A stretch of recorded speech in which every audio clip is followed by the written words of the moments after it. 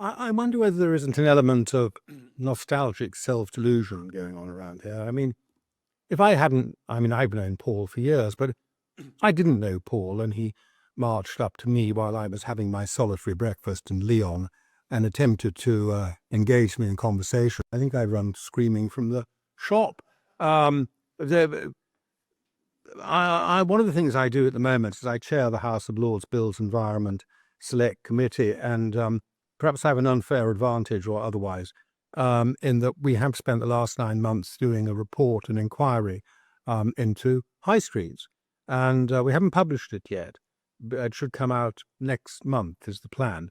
So I have to be very careful in that if I say anything about it, you must please accept that I've declared that I'm not saying this on behalf of the committee as my own views. Until the report comes out, I can't tell you what the committee thinks, and I can't commit anybody else to anything I say. First thing we learned was that there is no definition of a high street. Nobody has a definition of a high street. We're talking about something we can't actually define. The Office of, the Ordnance Survey have a definition which they use purely for mapping purposes, but it's a technical definition. It's about a certain length of street. It has to be a certain length minimum that has a certain density of shops in it, and that's your high street, but that's the only part of the definition. So we don't really know in any clear sense what we're talking about. But the other thing we've heard is that insofar as we do know what we're talking about, the high street probably isn't in decline, but is in a state of perpetual and long-term transition. It is always in transition. It has never actually stood still. If we start with our famous and much beloved pubs, the decline of which is seen as a sign of the high street, pubs are, as Paul will know, an almost entirely 20th century invention. Nearly every pub you see on a high street, especially in an urban setting, was built roughly between 1890 and 1910. They were built as people's palaces. They were usually corner premises where they could get them. They were extravagant. They were glorious. They were there to pull in punters by looking magnificent. And they were aimed solidly at the working classes. There's a completely different... why would we expect something invented for social circumstances and profit? Huge profits made by the breweries around that period. In 1900 to continue into the 21st century. That's the first. Banks. Banks were made in a similar principle. They're the other palaces. You see, if you see a palace on a high street, it's almost certainly a 19th century pub or a 19th century bank. They look fantastic, and they were built entirely to give the middle classes, and only the middle classes, because unlike the pubs, the banks with the middle classes, up until the 1970s, even into the 1980s, working class people in this country did not have bank accounts, and the banks did not want them, did not offer them bank accounts. They had building society accounts, but they didn't have bank accounts. It was entirely to persuade the middle classes that your bank was more financially solid than it probably actually was if they'd looked at the numbers. Instead, they were invited to look at the architecture and the gilding and the marble in the banking hall in order to persuade them to go in there. We live, of course, in a very different world. What's arriving to replace all of this?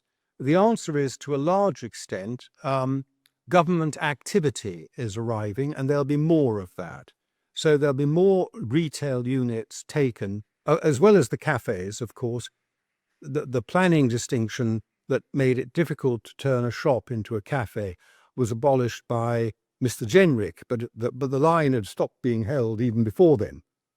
But it actually was formally abolished by him when he was whatever he was that gave him the power to do it. I can't remember what office that was now, something in MHCLG, when he was a junior minister there. So we do get the cafes, absolutely, but you will see more NHS, more community hubs, and indeed possibly more libraries, because actually, contrary to what, just the one thing I disagree with, libraries are not generally a feature of high streets. They tend to be built round the corner or more in the civic compound. But actually, libraries and high streets as part of civic hubs are the sort of thing you're more likely to see. And the other thing you're likely to see is the tax subsidized, if you want to call it that, enterprise, and that is in particular the charity shop. Charity shops, we often look at high streets and say it's full of charity shops, that is a sign of decline. No, it is not in itself a sign of decline. It is a sign of two advantages that charity shops have. They do not have to pay business rates. That makes it costs of occupation are massively cheaper. They're a bit like Amazon, really. And many of their workers work for nothing or little. They're volunteer workers because they're working for a charity. I just make a few points that I would make more clearly if I could read my own writing. The first thing is historically, and it's just worth bearing this in mind if you're talking about Leeds and the remarks that were made earlier. A high street was a high street because it was a main road. It was a human settlement around a main road, and it was the traffic that kept the high street going. In fact, the main purpose of the principal activities on your medieval and 17th and 18th century and 19th and Dickensian high street was the stabling of horses and the accommodation of the people who were being pulled by the carriages, were pulled in the carriages drawn by those horses. That's what high streets did, and the economic activity span off that. Now we have a better idea. Without any proper economic analysis, our notion is that there shouldn't be any vehicles in the high street. Instead, you're going to have some other form of social organization which will draw people to the high street and make them sticky there. But this other form, instead of arising from spontaneous economic activity, has to be devised by planners and by people experts who know what they're doing. So it always works very, very well indeed. But if you talk to people who run businesses in high streets, they want car parking. That's right top of their list. The next thing is the role of government. Am I coming to the end? Am I my yellow card? Okay, the role of government always used to be to take it's a similar point, to take enforcement action on the high street. One of the oldest, if not the oldest, traceable function of local authorities in this country back to the Middle Ages was to keep the King's highway clear. Why? Because every frontager wants to trade rent-free on the highway in front of their shop. Every frontager wants to do it from the Middle Ages to this day, and local authorities are there to stop that happening. And that was really all the local authorities did. Now, of course, that's been taken away, Mr. Generic again, post-COVID. Everyone's encouraged to have tacky marquees out on the street and sort of plastic-covered things where people can sit and have coffee. They make the whole place look absolutely ghastly. But the main point I wanted to make isn't just that. It's that government now sees itself having a role in curating high streets and managing high streets.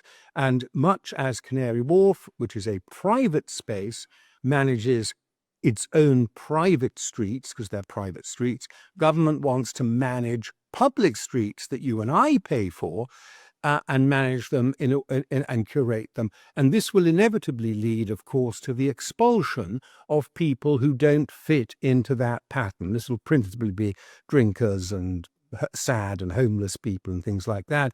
And you'll have more public space management orders and so forth for the purpose of that. So the move from enforcement to curation on the part of government is something worth watching. And now I'm going to draw to a close because Neil has lost interest in what I'm saying. No, and is waving a minor, but as you can see, largely an ineffective red card. Thank you very much. Thank you.